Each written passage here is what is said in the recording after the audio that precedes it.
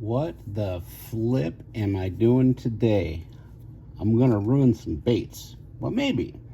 I'm gonna intentionally try to ruin some baits. I had a customer of mine talking about how he needed a bunch of baits redone about a year or two ago because all his baits melted in the Florida heat in his car. And as hot as it's been, it's got me kind of thinking, what is the best way to protect, well, not to protect the bait, but I kind of want to compare. I want to compare a regular shop bait. These are all the same. My plastic, I use dead on plastic, just my preference. I don't hate on one plastic or the other more than the other like some people and mold makers out there do. But I do want to see how well my plastic holds up to the standard store-bought. I bought Zoom because this is the first pack of baits, plastics, I bought in like 5 years. Kind of crazy. I did it just for this. To go along with that, people ask me why I don't make worms and things like that anymore. Because you can get 20 of these and they look great. They do the job for like $4, $5. I don't know. I can't hardly make them that cheap, let alone my time. So, you know, and people are going to go to Walmart and buy these. And, you know, I have no issue with that. That's great. It's not unique. So I don't make them. I don't sell them. Anyway, I digress. So what I'm going to do is I'm going to leave 3 of these normal, not do anything to them. I take 3 of them and off camera because it's potent and I need to run a lot of ventilation and wear my mask and such. I'm going to coat 3 of them in the LureWorks soft plastic, and then I'm going to repack these guys. In fact, I might as well just do it now if I can break into it. And I'm going to repack them in the same plastic that I use to package my baits. That way there's no preferential treatment or anything like that. I'm going to do 3 of them, even though they're larger. I'm going to do them just like I would my baits. And I'm going to stuff them down there in the bottom because honestly, why ruin the whole bag? And I want to keep everything as standard to one another as I can. And yeah, I bought them. I'm going to fish them. Can't go wrong with a motor oil with chartreuse tail, right? I mean, those are nice for the price. So anyway, then I'm going to take them and I'm going to stuff them, once I get them done, into my back window of my car on some of the hottest days. I'll pick a hot day, a really hot day. And at work, I park in a parking lot that's blacktop, and I'm telling you, when you get in that car, it's like 150 degrees, at least. Because I got a black car, black interior. Ugh. What are you going to do? I don't have to run the heat in the winter. How about that? But in the summertime, it bakes. So I'm going to do that, and then I'll get a thermometer in there. Probably, well, actually, I'll use this guy right here. Meat thermometer. And I actually use this for plastics also. And I'll take a temp of it, and then I'm going to take them out and check out the integrity of the baits, just to see how well my plastic worms hold up to store-bought, and if this makes any difference, because it does put a really durable coating on the bait. And I don't know, I've never seen whether or not this stuff breaks down with heat or not. So that's what we're going to do. A little different, not really making anything per se, but it's just to satisfy my own curiosity, and maybe some others out there are wondering this too. All right, so I got the other worms coated.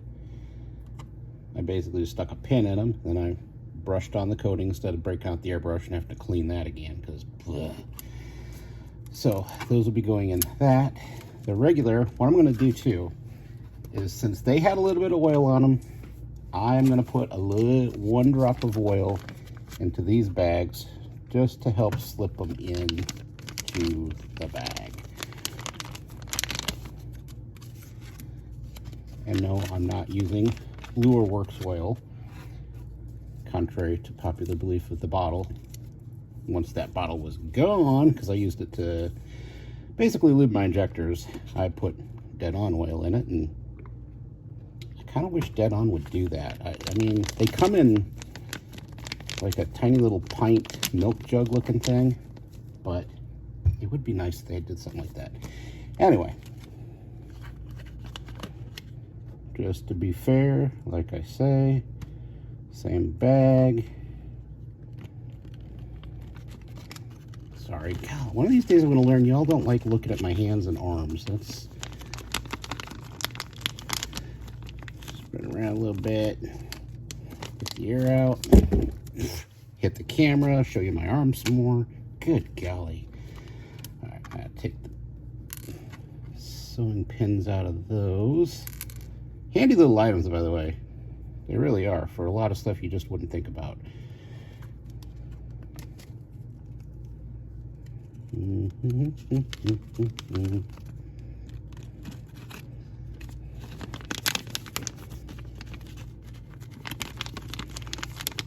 Rub around in that oil just a little bit.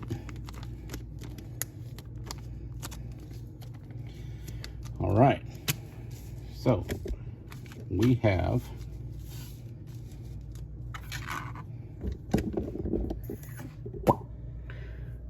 just like that. The SB coated, the regular, and the zoom. So now I just have to wait for a really hot day, and I will toss them in there and I'll be able to continue this video.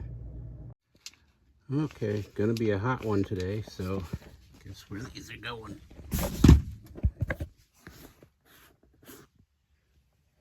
I don't know if you can see that or not, but worst place imaginable. Back window of the car.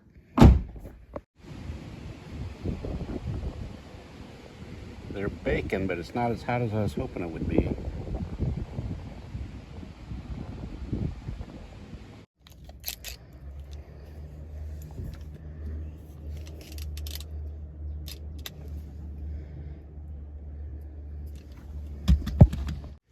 It has been several days of these sitting in the car, and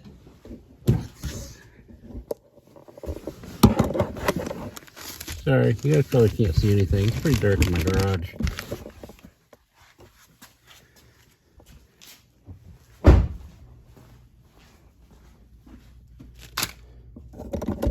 That's the first I've had a chance to see them too. Let's take a look. Let's start with zoom. As you saw from that reading, it did get up to 180 degrees. I expected it to get a little warmer, but can't change the weather. And these are, oh, okay, these are, you know, I have no way to prove how gooey or sticky they are, but these are definitely sticky. Here, dirty cotton ball. Yeah, it's not really proving anything either. Okay, take my word for it. These are really, oh gosh, yeah. Look at that. They did melt together. Okay, so those are really gooey, really sticky. They held up kind of like I would expect them to. I mean, let's face it. They were in the back window of a car, and the time I tested it was 180 some degrees, and they could have been even hotter than that at some points. So, kind of expected. Let's do mine, which are normal baked, and they are, you know, there's no stickiness to them at all. It's, I don't know how to prove it, but I'm getting nothing. They weren't melted together. They weren't stuck together. Now, I will say this too, though. Those are a lot thinner appendages, so it probably was easier for them. Well, the bodies are sticky too, though. Like, you could tell something actually happened with the plastic. These guys are perfectly fine. I really have no issues with these at all. They feel like when I put them in the bag, so that tells me, unless I'm thinking the opposite happened with the SB coat. Wow, even some of the bag melted. I don't know if you can see that or not, but some of the bag actually melted. And these slid right out. These are tackier. Okay, that's kind of opposite of what I would have expected. These are a little bit tackier. So if I were to put these in order, I'd say that's your standard Zoom, or I don't know, let's just call it your retail plastics. These are mine, made of Dead-On Plastics white blend, floating feather, and with the SB coating, this clear coat, and that does feel sticky. Not as bad as that. Oh geez, look at that, that even lifted up. Anyway, these that I didn't put anything on, I'm impressed. They, no tackiness, no stickiness. So I don't know, I guess the only other thing I could really do, and I don't want to do it, so I probably won't, is to actually throw them in the toaster oven and set the notches up starting at, I'd guess, 200 maybe, and then going from there. But I think I kind of proved my point already, that these things are what you get. I mean, they're what you expect. The SB coat, I'm gonna have to be a little careful with that now, because if I have anything that's airbrushed and has this clear coat on it, which I clear coat all my airbrushed stuff, I'm gonna have to watch those a little closer in the heat than what I do with these. The ones that have no coating, perfectly fine. I don't see any issues with them at all.